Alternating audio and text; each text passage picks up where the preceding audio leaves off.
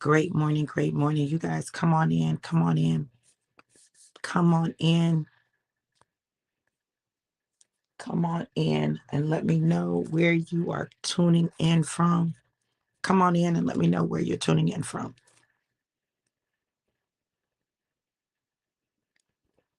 Great morning, great morning. Let me know who's here and where you're tuning in from. Who's here and where you're tuning in from. Mm, Great morning. Y'all come on in. I'm telling y'all, God is doing something and we need to understand what's going on so we can prepare for it. God is doing something and we need to understand what's going on so we can prepare for it. There are a lot of things that are happening in the spirit realm and in the natural that we need to be aware of so we can prepare for it and know how to deal with it. You know, one of the biggest challenges is when things happen, when shifts happen and you're not ready for it. Hey, Lakeisha, how are you, gorgeous? So I'm gonna share with you what God showed me today.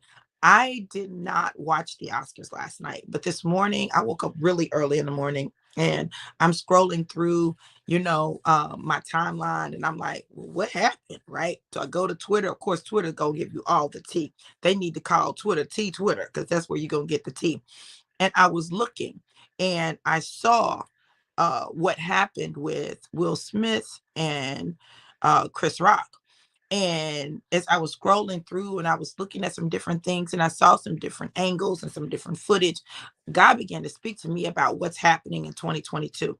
This is the month of March and it's Women's History Month. But I need y'all to understand that God is making a shift in this season that is calling men, Black men especially, but men to rise up and protect Black women.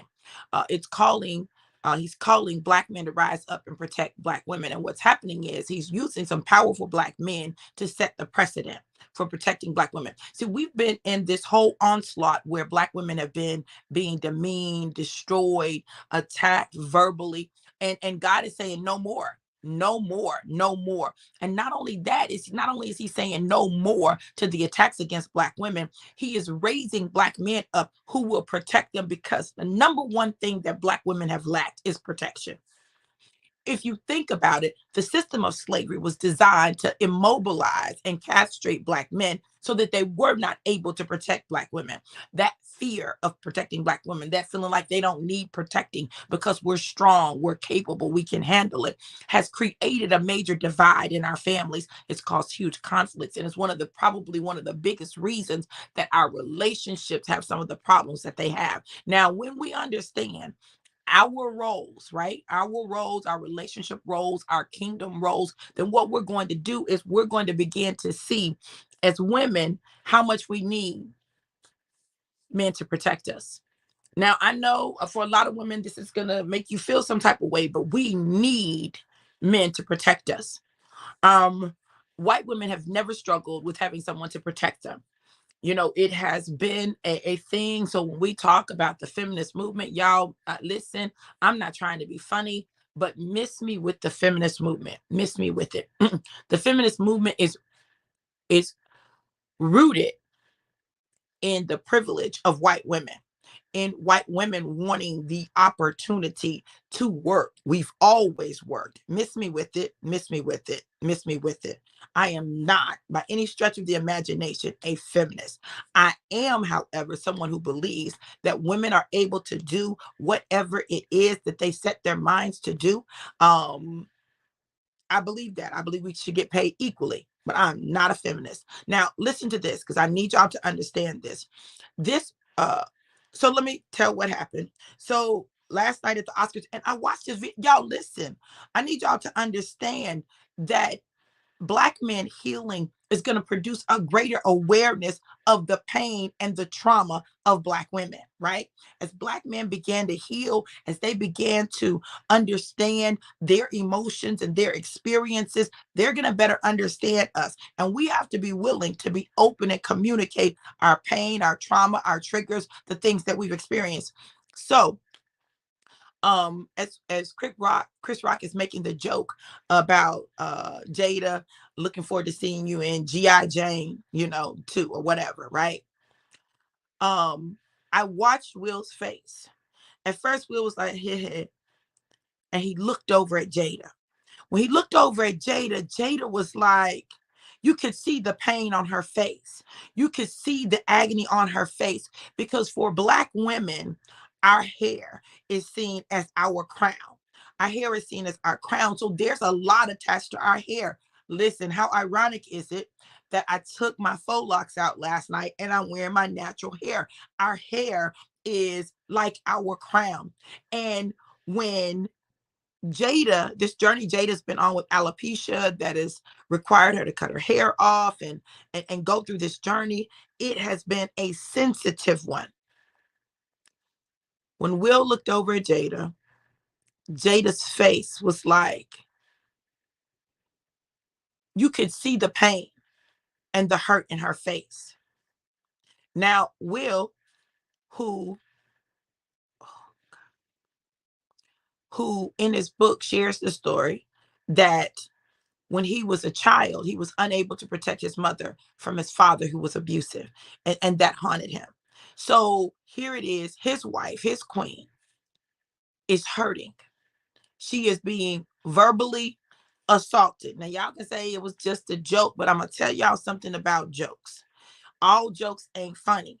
And there are things that y'all, listen, I just think that we use jokes.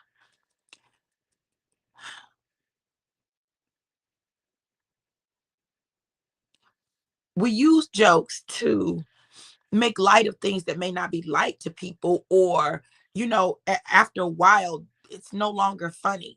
It's no longer funny being the butt of the joke. No one wants to be the butt of the joke, right? But when Will Smith got up on that stage and he walked up there with purpose and he reared back and he slapped the spit out of Chris Rock's mouth, all I could think was, it ain't no fun when the rabbits got the gun. Huh? Because listen, you can say things and they've gone through a lot in terms of jokes and they've accepted a lot and but they've been really been being really open about some of the things that they've gone through, right?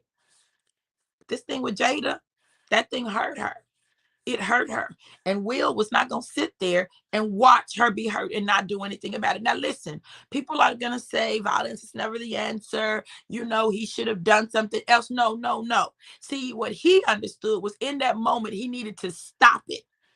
He needed to stop it and he needed to send a message. And I promise you, there was a message sent. There was a message sent from the stage of the Oscars. They might not never let Black people back in the Oscars, but there was a message sent from the stage of the Oscars. What you're not going to do is play with my wife. Don't play with my wife. Do not play with my wife. Don't play with her. Can you imagine the pain that Black women go through as they are constantly under attack, verbally attacked by white men, white women, and Black men? And other Black women. Can we talk about that for me? Y'all, there's some things that God is just bringing up that have to be addressed. So understand that this is a season where Black men are being called upon to stand up for Black women, to stand up for them. And I want you to notice this because there are two key incidents that are setting the precedent and setting the stage. Right? The first one, is Cory Booker. Cory Booker and his comments as hold on, wait a minute, hold on. His comments during the Supreme Court nomination hearings, right? His comments. And as all these people were attacking Ketanji Brown Jackson with stupid questions, with, just insults and implying that she didn't deserve to be there. When I promise you, she probably more qualified than 95% of the Supreme Court justices that we currently have. She is the only one who has gone through all of the stages or all of the just aspects of the judicial system to be able to know how it works. She is overly qualified, but they've been attacking her character. But baby, Cory Booker came in, and what he did was he defended not only her right to be there, but he commended her on her ability to sit through the foolishness and endure it without losing her cool. Shout out to Cory Booker. You see, Cory Booker, he didn't use violence. He used his words. That's great. We'll use the slap. I promise you, it's the slap heard around the Oscars and around the world. All over the world, people are talking about that slap. But I'm telling you this. Y'all, we got to understand that people can only take so much, and you don't know what people are going through. And it is best, and it would behoove you to not try to be funny. Because just because you try to be funny doesn't mean you are funny. That wasn't funny. And it definitely wasn't funny to Jade not giving what she was going through. So that's a whole nother live. Like I'm gonna do a whole live talking about verbal aggression through humor. Like that's a whole thing, right? There's studies that are done on it, right? But understand this: God is calling Black men to rise up and stand up and protect Black women. I will say this: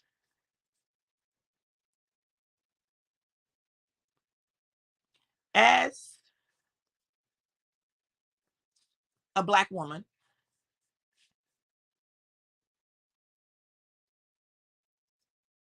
I think that probably in the last 2 years is when I really began to understand how much I craved that protection.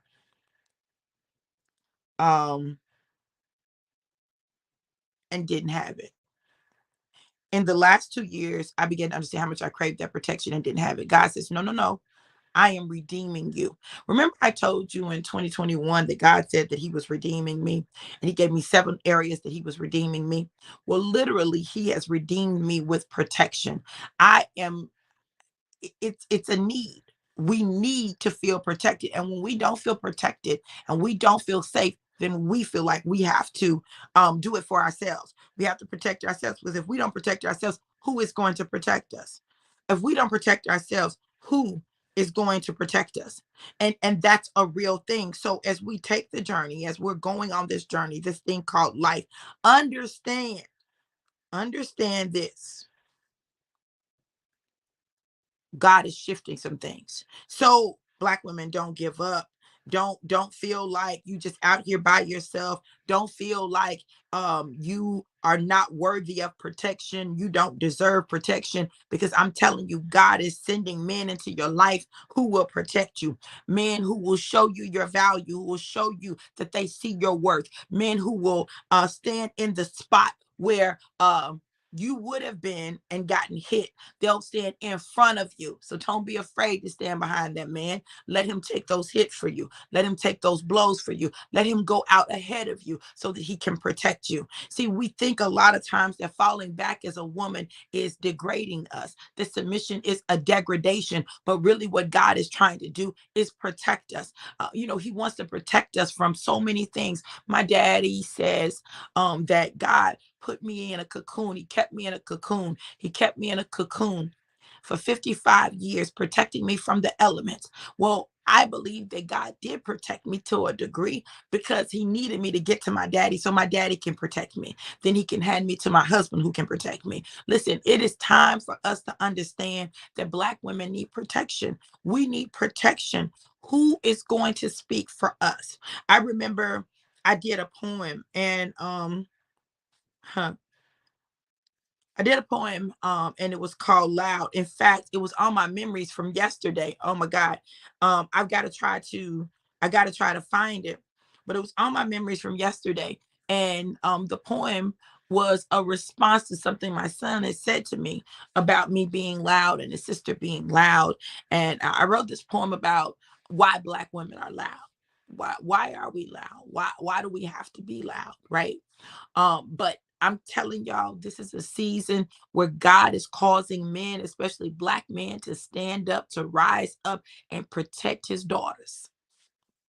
He's calling them to protect His daughters, because He is sick of His daughters receiving mistreatment and abuse at the hands of others, whether they think it's funny or they don't, whether it's a joke or it's not. It doesn't matter. Harm is harm, hurt is hurt. And so God is protecting it. He's raising these men up. I'm trying to tell y'all, He's raising these men up who are going to be great protectors of God's daughters. He is tired. He is tired of our hearts being trampled on. He's tired of us being denigrated and disrespected. And he's tired of it. And he is raising some men up who are going to say, no, it's not okay. I'm going to share this story. I've shared this story before, but I'm going to share this story again. I can remember at like 17 years old, I was in Nashville and I had gone to a party. It was a fraternity party with a friend of mine there. Now, we were both about 17, right? We go to this college party on campus.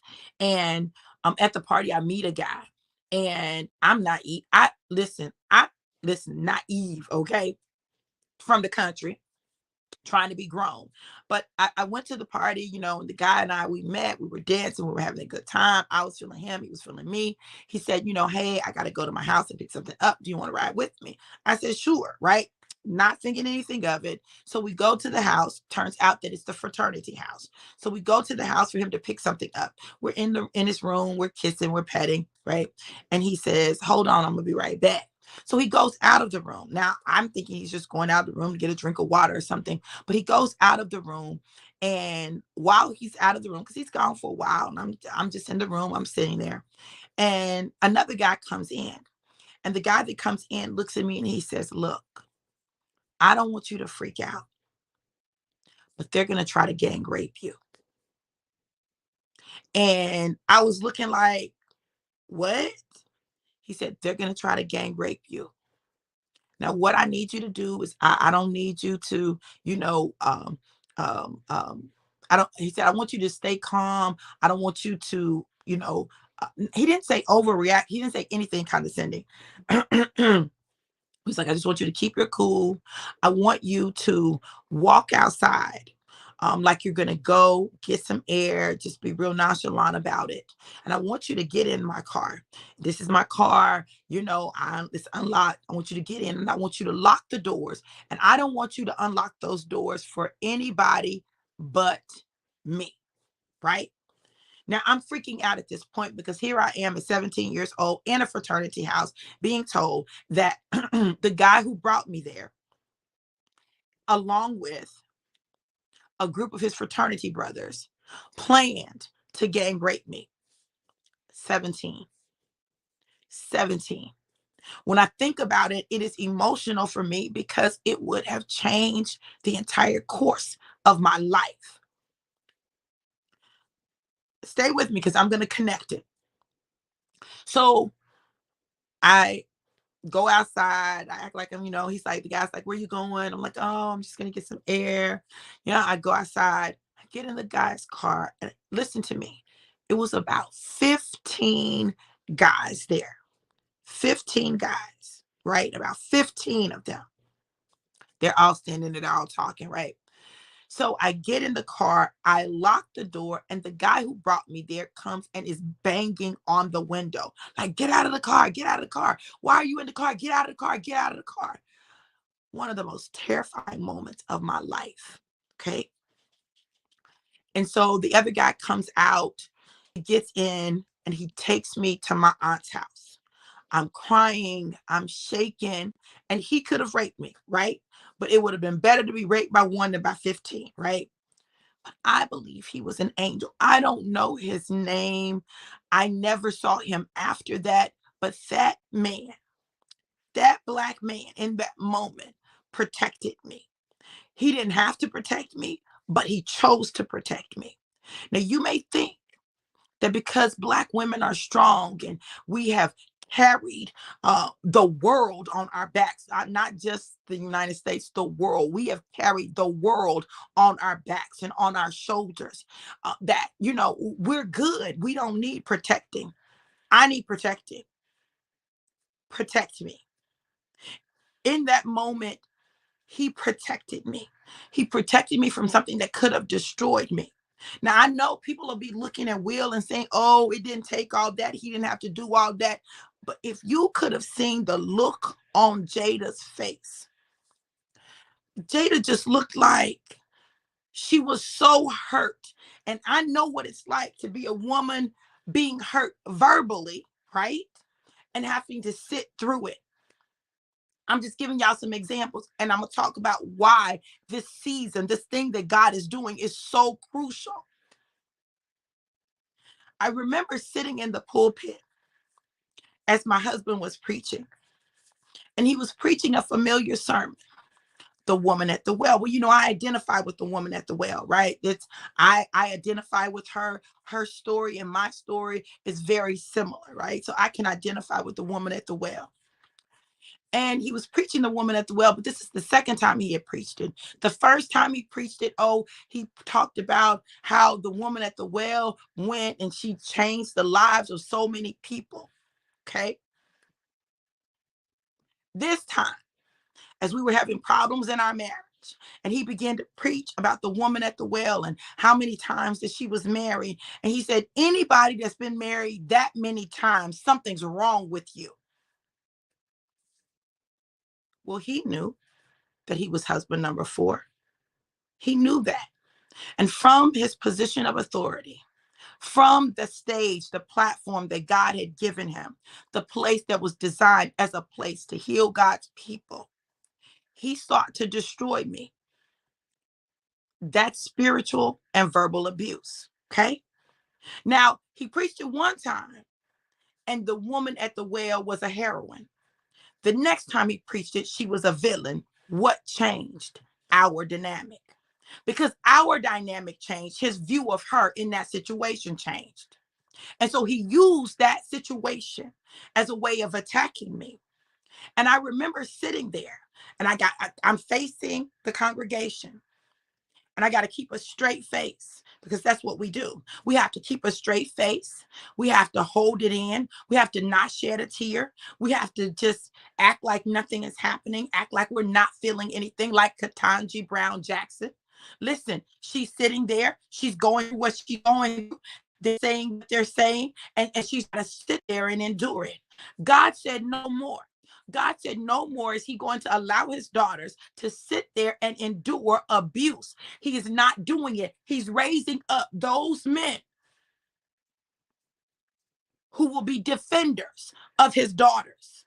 Those men who will defend his daughters at all costs. Because as women, and particularly as Black women, we have gotten to the point where we don't even tell the stuff that happens to us, because we don't want our men to go fight somebody, kill somebody, hurt somebody, and end up in prison, because we will feel like it is our fault. But God said, no, daughters, listen, I'm sending defenders. I'm sending defenders for my daughters. My daughters will no longer endure this abuse. My daughters will no longer endure this mistreatment. My daughters will no longer have to endure and sit there with a straight face and not have someone to speak up for them, someone who's going to say something for them, someone who's going to intervene on their behalf. I'm not talking about I'm praying for you. I'm talking about I'm doing something for you. I'm going to stop the onslaught. There is a need to stop the onslaught. You want to know why? Do you want to know why many Black women are the way they are? Why their hearts are hard, and they don't depend on anybody, and they say I'm an independent woman? Why they find themselves in positions where they're doing things that a man would normally do because there's been no man to do it for them? Why they have trouble falling back when a man comes into their life and allowing him to occupy the space that God created for him? Do you want to know why we struggle with that? Why that's so difficult? Because for so long we have endured things and not been protected. Not been protected by our brothers, by our daddies, by our uncles, by our grandfathers. Oprah said it best. All my life I had to fight. I had to fight my brothers and my daddy and my uncle. We had to fight types of abuse. And I'm not just talking about physical abuse. I'm talking about verbal abuse. I'm talking about emotional abuse. I'm talking about spiritual abuse. So many times we've endured these things, and we got to the point where we said, well, if won't nobody else protect me, I will protect myself. I see right now I got to protect my heart. I see right now I can't trust them. I can't trust them. I can't trust them. So we decide we're going to protect ourselves. And it creates a conflict that keeps us at odds and at enmity with one another. So we can't heal. We don't heal individually and we don't heal collectively. And in that place of pain, it's difficult to fall back, to allow that man to occupy that space that he was created to occupy in our life. But God desires to heal the hearts of Black women. And in order to do that, Black men have to step up and protect us. See, when we're protected and we feel safe, we can let our guard down. When we're protected and we feel safe, then we can relax and we can fall back. And I'm not saying that Black men have to do this first before this, but I'm just going to tell you that I have been on a healing journey now for about a year and a half. Okay.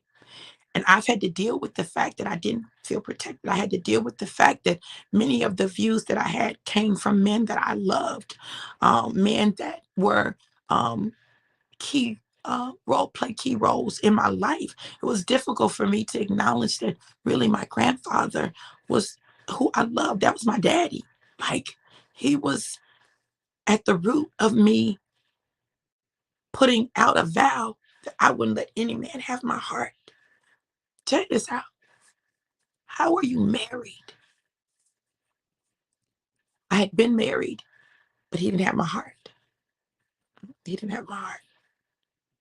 When I did open my heart up to someone, he cheated and I was hurt and I was damaged. And because I felt like it was something wrong with me, when really it was his own stuff. It really wasn't about me. It was his stuff that he was dealing with. I didn't get that. I felt like something was wrong with me. So again, what do? I said, well, it doesn't pay to put my heart out, so I'm gonna put my heart up. Married 5 times, and none of my husbands had my whole heart because I couldn't trust it. So this was the lesson that I learned, that I had to find the root of the wound and deal with it.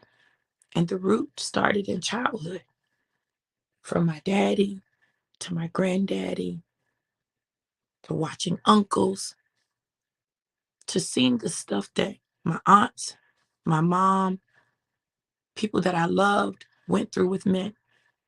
And I said, that'll never be me. I'm not doing that. No, I'm not doing that. Y'all can do that if you want to.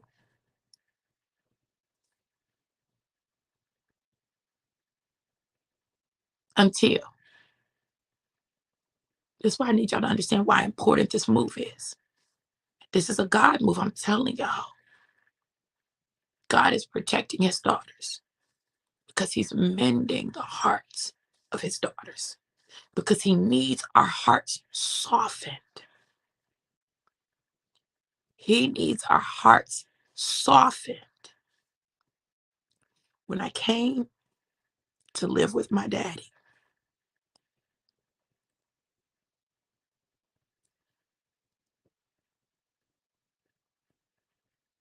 I felt safe.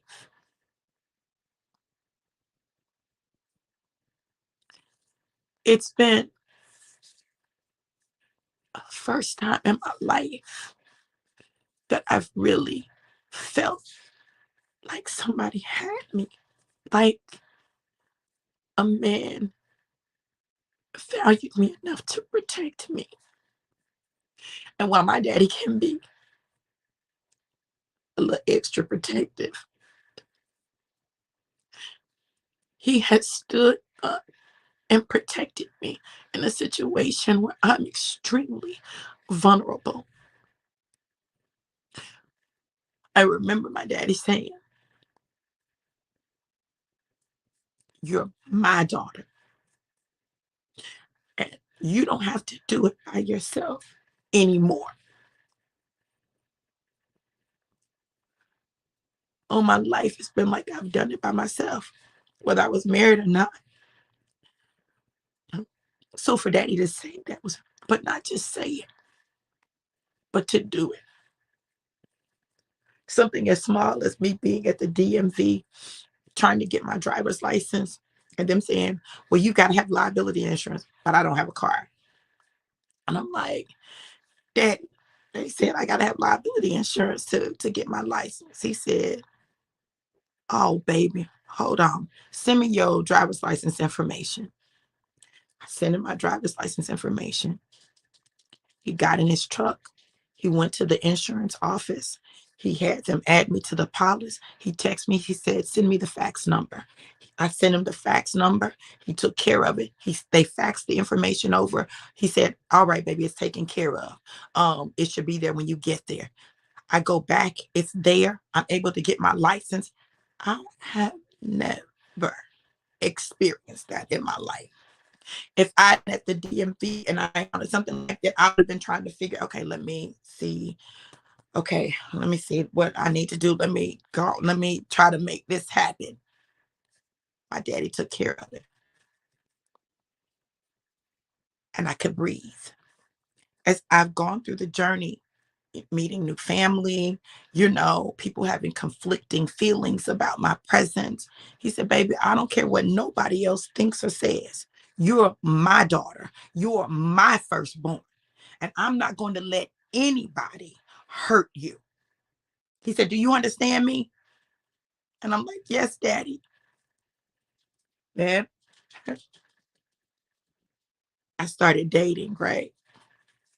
He's like, look, you ain't meeting nobody nowhere. You ain't driving nowhere. If they want to see you, they come here.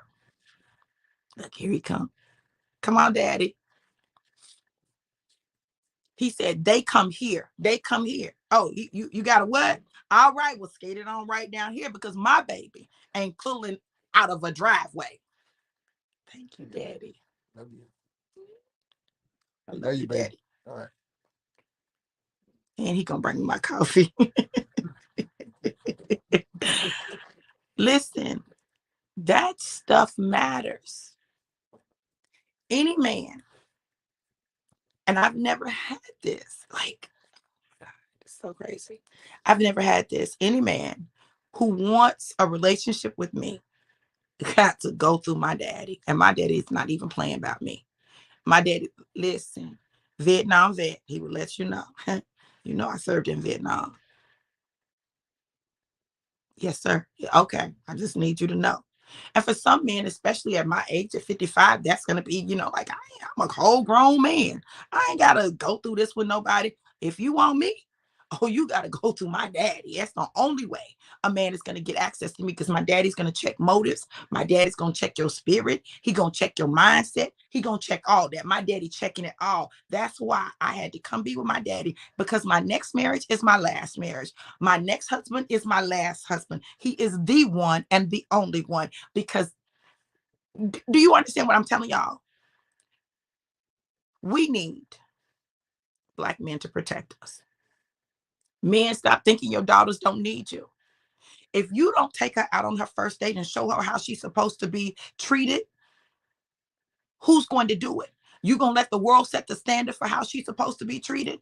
Well, I'm not saying that everyone who feels missing in that father's love when they're young, because my daddy didn't tell me, my other daddy didn't tell me he loved me until I was about 25, 26. I was a whole grown woman who had gotten married in a marriage that I shouldn't have gotten in because I wanted my child to have a father. Come on. Listen, I need y'all to understand there are some repercussions for not protecting Black women and Black girls. There are repercussions. There are repercussions for not giving us a space where we feel safe to say somebody touched us inappropriately. There are repercussions for not giving us a space to say something happened to us. And instead of you assuming that we were just being fast, that you ask deeper questions so that you can find out and understand why this child is pregnant. We can find out and understand what really happened instead of just saying, oh, you was being fast. You was in the wrong place at the wrong time. Well, listen, a lot of things can happen in the wrong place at the wrong time, but it doesn't mean that she doesn't need protecting. It doesn't mean that. It means, no, you need to ask some questions, find some stuff out, figure out what's going on. Stop tossing our girls away. Stop tossing them away. Because when you toss us away as girls, we grow up to be women with hardened hearts who don't trust men and feel like we got to do it by ourselves. Oh, we'll have a man, but we're like, I don't need a man, right? Because we have come to believe that we can't trust Black men to be there to protect us, that nobody's concerned about us. It's a whole problem. And God says it stops now. It stops now. I'm sending defenders of my daughters. I'm raising up those who will defend my daughters, who will love them and protect them, who will value them and who will honor them, who won't look at them and say, oh, you got a PhD, that don't mean nothing. Oh, you make six figures, that don't mean nothing. Well, if it don't mean nothing, why your nose turned up? Why your nose turned up at me? See, when your nose turns up at me, what I see is I see hate and I see venom. I see I despise you. That's what I see. I see that you despise me, that I disgust you, that there's this animosity towards me that I don't understand because you don't know me and I don't know you. So why are you responding to my presence like that? It's because you have mother wounds. Y'all better read and interpret. And so I'm telling y'all, listen, this whole movement to destroy Black women and invalidate Black women and demean Black women, it is a movement sent from the enemy. It is a movement sent from the enemy. He has gotten the minds of men, and I'm going to say it like it is. He's gotten the minds of men who have been rejected by women and told them, you reject them before they reject you. You diminish their value so that they feel like they're lucky to have you. Well, the truth of the matter is, anytime you go into a relationship, both of you should be lucky to have each other. There should be a reciprocity and a mutuality that exists. If you as a man, and I'm gonna tell y'all, I pray that y'all get this. If you as a man have to demean a woman to get a position of respect and authority in her life, you ain't a man. You a punk. And I don't mean gay. You a punk. You're weak. And again, I'm not saying gay. I'm saying you weak. As strong as I am as a woman, I'm finna share something, just finna mess some people up. But I want you to hear me because y'all need to hear this. As strong as I am as a woman, my greatest desire is to not to have to be the strong woman. My greatest desire is to have a man in my life that I can trust to lead, to guide, to make decisions, who I respect enough that I can just, you know, if he say something, I can be like, okay, baby, okay. Y'all think it's a game, right? Y'all, oh no, not Dr. V, not Dr. V. No, Dr. V is too independent for that. Baby, let me tell you something. Let me tell you something. Let me tell you something.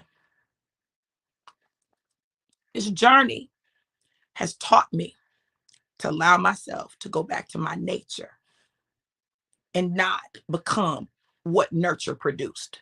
You understand? There is my nature, my natural makeup, and then there is what the world and my experiences and my environment produced. So all that hardness, that's what was produced from the environment. My nature is what you see. When I say thank you, Daddy, that's what you see. Daddy, you need something? That's my nature. That's my nature. Okay. But we allow the things we experience to harden us so that we lose our nature. Now, I didn't totally lose it, thank God, because some women totally lose it. I never totally lost it. I understood it. But I've allowed myself to fall all the way into it, all the way, all the way. And that's because my daddy created a space where I felt safe, where I felt protected. Okay. So I was like, okay, those last vestiges, that's why I had to come here. Those last vestiges, I had to let them go.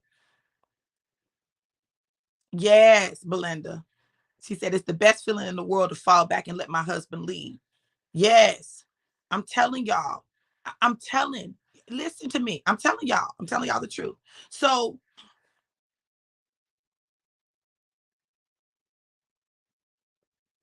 I met a man, and there's something about this man's voice, his presence in my life, that's activated something in me to the point where I'm concerned about his preferences. What kind of chips do you like? What do you want to drink? I'm concerned about his preferences. Literally concerned about it, and not in a way that I just want to impress him or I'm trying. Not, it's not even, it's none of that. I naturally want to take care of him. Now, I've been on this journey for a while. So this, all of this had to work together. I naturally want to take care of him. I naturally want to fix his plate. He doesn't have to ask me to fix his plate. I just do. Baby, what do you want to drink? I'm naturally concerned about his preferences. I drink Pepsi, he drinks Coke. So I bought some Pepsis and I got some Coke so that he could have his preference. Even though he said, oh, don't worry about it, I can drink Pepsi. No, I don't want you to drink Pepsi. I want you to drink what you want to drink. So we're having a conversation and he says, I can't wait to see your natural hair. He says this on Sunday. On Sunday, I took my locks out. Why? It was time to take them out, but he wanted to see me with my natural hair. It was his preference. That's what he wanted. So I did it. Now, I can't say where this is going. I'm not trying to say that. That's not what this is about. What this is about is the shift in me. See, when we as women feel protected, when we feel safe, when we feel like we can show up and be fully us, and I can do that with him because he sees all of me, all the aspects of me, and honors and values all of them. When a man says, well, when I was praying for you this morning, and you say, what? I shouldn't have to say what when I was married to a whole pastor. When I've been married 5 times, I shouldn't have to say what about a man praying for me. I shouldn't have to. And that's not those men's fault. Listen to me. That's my fault for marrying them. That's my fault. You understand? So I want you to understand, I'm not blaming the men. I'm taking responsibility for my choices and for settling. And I'm not saying they're bad men. I'm not saying that at all. I'm saying I settled because I did not fully know me. I did not fully know what I needed. I didn't fully know what I wanted. And I was afraid that what I did want, I would never have. So I was afraid that my preferences would be tossed to the side. So I needed to settle. We get that message all the time. Oh, y'all women are too picky. You just need to accept. You just need to settle. Y'all listen. Listen. There was a term this man used, and I love it. He said, you are my perfect preference. I said, what? What does that even mean? He said, all of the things that I want, I see in you, and extra things that I didn't even know that I would want or I would, need or enjoy. Right? Listen, y'all got to understand this. In order to get to this next place in our lives, y'all, we got to stop settling. We got to stop acting like we don't need each other. We do. We've got to stop putting up all these defenses and using all these defense mechanisms because they're delaying our movement into our destiny. You can never get to your destiny with all those guards up. You can't get there. God can't trust you to be who he needs you to be with all those guards. He can't. Not this rip. Now we've had seasons where people were allowed to go forward with all of that, but it ended badly. Okay. God says in this season, it is your authenticity that's going to open the doors for you. It is your ability to lead with your heart that is going to open doors for you. It is your ability to hear my voice and heed it that is going to open doors for you. It is your ability to recognize where I need you to be and move the way I need you to move that is going to open the doors that you need opened.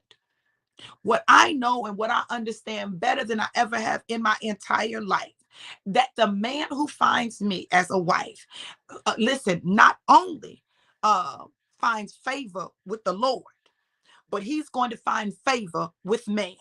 It means that everything that he touches, I'm going to assist him in manifesting it. It means that everything that he desires to do, I'm going to help him to accomplish it. Y'all said, well, Dr. V, but what about the stuff you do? Listen, if our visions don't connect, that's a whole different problem. We don't need to be together. But in this season, I am determined that I will have the man that I am his perfect preference, that he appreciates and values all of me, that he will protect me like Will Smith. And if a nigga get out of pocket, he will handle that. You understand? See, I'm just telling y'all, God surrounded me with a group of men who are protectors. Hey, Pastor RJ, another one of my protectors, right? People who, I'm talking about men who, when I feel most vulnerable, and I feel like I don't know what to do, I can go to them and trust them with my very life and know they got me without condition and without expectation. They're not going to expect no booty because they protected me. They don't have those motives. That's not their motive. That's not their MO. That's not how they move. And because so many times as women, we've been in situations where we needed protection, but where we went for the protection abused us, took advantage of us, then we want to put all these guards up. Listen, y'all, I get it. And I want you to exercise wisdom, but I need you to allow God to heal you and mend your broken heart, to allow you to bring men into your life who are there not to be your man. Because see, that's what we do. A man like that shows up, we want him to be our man, but that's not their role. I talked about that yesterday. If you missed my message from Passionate Pursuit yesterday, go back and watch it, because I talk about putting people in wrong positions in this season, especially. It's very important. So when you understand a person's position in your life, when you understand their purpose in your life, you will stop messing up relationships because you're trying to make them be something that they weren't designed to be. I've been surrounded by protectors. And that, listen, their whole goal was to be my friend, to assist me however they could, and protect me, to give me wisdom, to give me guidance, to check guys out. Like, I don't know about that, but I'm watching. I'm watching. We need that. Women, stop acting like we don't need men. Black women, stop acting like we don't need black men. I need black men in my life. Love black men. And I need y'all, and I need y'all to know that, which is why I speak life into men all the time. That's right. Tell them, RJ. They don't play about they V, okay? Listen, I speak life into black men because I need black men to raise up. It don't have to be my man for me to speak life into him. I'm sowing seeds, and I've been sowing seeds for decades into the lives of young black men so that they could raise up and be the men that we need. I've been sharing my stories for decades so that black men who love me can understand the importance of being that angel that takes that girl out of a situation where 15 other dudes want to gang rape her. So that they know they don't want to be one of the ones that's participating in the gang rape. They want to be the angel that helps her escape. You see, sometimes it doesn't get real until it's someone that you love, someone that you care about. Oh, it's all good in games until it happens to someone that you love. Ever since my boys were little, I've taught them the value of how to treat a girl, how to treat a woman, and how to make choices. Do they always listen? No, they don't. But it's not because I didn't tell them. It's not because I didn't teach them. But do you know what was missing? They didn't see me have it. The thing that I was telling them to be, they didn't see me have. That is my greatest regret. My greatest regret is that my kids, when we were young, didn't get to see me have what I taught them to be. That's water under the bridge. So now what I can do is tell y'all what we need. People are going to judge Will Smith and they're going to attack him. Don't participate in that. That man protected his wife. And for those who say it didn't take all that, well, it took all that for them. Okay? And I bet Chris Rock will think again before he cracks jokes on someone's condition. I get it. I've been a comedian. I've done stand-up comedy. I get jokes. But some things, and sometimes you just don't do that. And these men need to understand that it's not okay. It's not okay. It's not okay. So today, I commend Will Smith. That needed to happen because there's some conversations that need to be had about protecting Black women and what's okay and what's not okay, regardless of who does it and who says it. In the absence of having a Black man to protect us, we protect ourselves. And you might not like what you get, but it's what happens. But we need men to protect us. So God, I thank you right now for raising up those mighty men of valor who protect and defend us, who know that we need them, that we rely on them, that we trust them to be our protector and our defender, that we trust them with our lives, that we can fall behind them and follow them with great pride and our head held high. So that when someone says, well, why are you walking behind him? Because he makes sure nothing hits me, that anything that's aimed at me hits him before it ever gets close to me. I understand the walking beside. I get it. I don't want to walk beside him all the time. I want him to walk in front of me so he can protect me. Has that always been me? It hasn't. Because I didn't believe that I could have it. I didn't believe that I deserved it. I didn't believe that I would find it. But my daddy's given me hope. He's given me hope and allowed me to open my mind and my heart to the possibilities.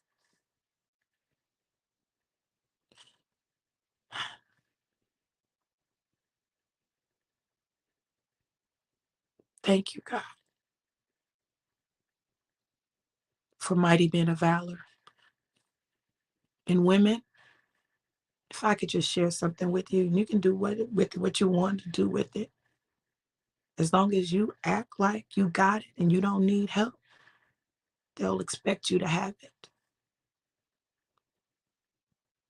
As long as you act like you've got it and you don't need help, they're going to expect you to have it.